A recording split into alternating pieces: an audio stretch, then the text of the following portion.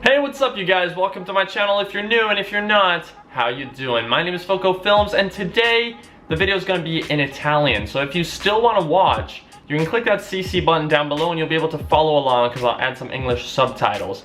I won't be speaking too fast in Italian, so if you are learning or if you're practicing, you should be able to follow, and we'll be talking about American slang today. If I do leave anything out that you say, which I most probably will, do leave it in the comments below. Comunque finalmente ci abbiamo messo mesi a fare un altro video in italiano, però ce l'abbiamo fatta, ci siamo arrivati e da quello che ho capito molti di voi stanno imparando l'inglese. L'unico problema è che quando uno impara l'inglese dai libri non si impara l'inglese che si parla. Si impara l'inglese corretto, però non vi servirà molto se volete avere una conversazione con una persona che è inglese di lingua madre, di madrelingua. Insomma, una persona che parla inglese come prima lingua. Adesso vi do le top 5 frasi e parole che uso nello slang tutti i giorni io quando parlo. La prima cosa che ho messo sulla lista è la parola creep. Se conoscete la canzone di Radiohead che si chiama Creep, magari conoscete già la parola. In italiano non c'è una traduzione esatta, o almeno ancora io non ne ho trovata una. Però creep è un verbo che vuol dire camminare lentamente senza fare rumore. Ad esempio, se entri in una stanza dove c'è qualcuno che dorme, stai creeping perché non vuoi fare rumore. Quindi quello è il modo tradizionale per usare la parola. Però la parola creep si può anche usare come noun. Come si dice noun? Sostantivo, penso. Si può usare come sostantivo. Ciò vuol dire che tu puoi chiamare una persona un creep. E un creep è una persona, un po' uno stalker, una persona che magari va sul tuo Facebook e ti guarda le foto del 2006. È un po' un creep una persona così. Tutti i libri vi diranno che la parola creep è un verbo, ma può anche essere usato come sostantivo.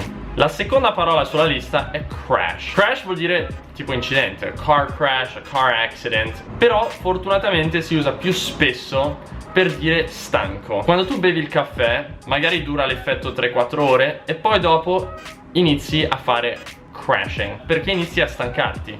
E quindi quando uno dice oh I'm crashing, I crashed, la maggior parte delle volte vuol dire mi sto addormentando o mi sono addormentato. Ad esempio, I managed to stay awake through most of the math class, but then when she started talking about algebra, I crashed. La terza frase sulla lista invece è talking shit, che letteralmente vuol dire parlare merda, ma in italiano sarebbe sparlare, cioè parlare male di qualcuno. Cioè se qualcuno dice qualcosa di cattivo, di brutto riguardo a te o un'altra persona, vuol dire che quella persona sta talking shit about you, nel senso che sta sparlando di te. Questa mi sa che si spiega da sola e poi magari l'avete sentita in qualche film, in qualche altro video in inglese, perché si usa veramente sempre. La quarta parola o frase è screwing up or to screw up, vuol dire avvitare in su, che non ha niente a che fare col significato.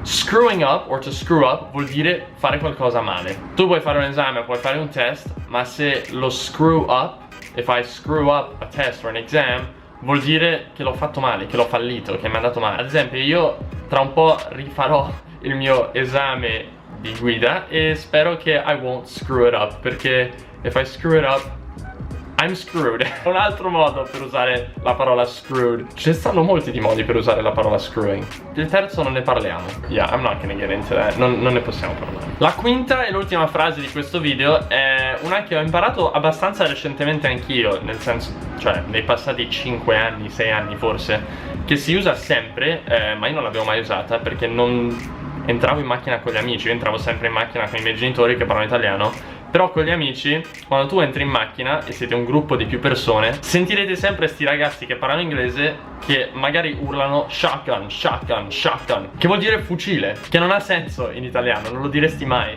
Però in inglese, calling shotgun or riding shotgun, prima di entrare in macchina, vuol dire che tu prendi il posto davanti vicino a quello che guida. Ha un passato questa frase. Viene praticamente da quando gli americani, o gli europei al tempo, andavano e quello che stava vicino all'autista era quello che doveva usare la pistola, il fucile. La regola è che appena vedi la macchina sei autorizzato a dire shotgun e la prima persona che lo dice prende il posto davanti. Funziona così.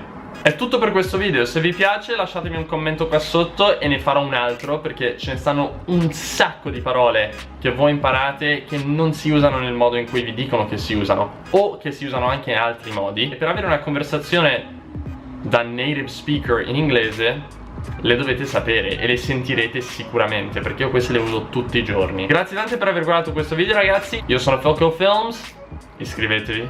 Ciao a tutti.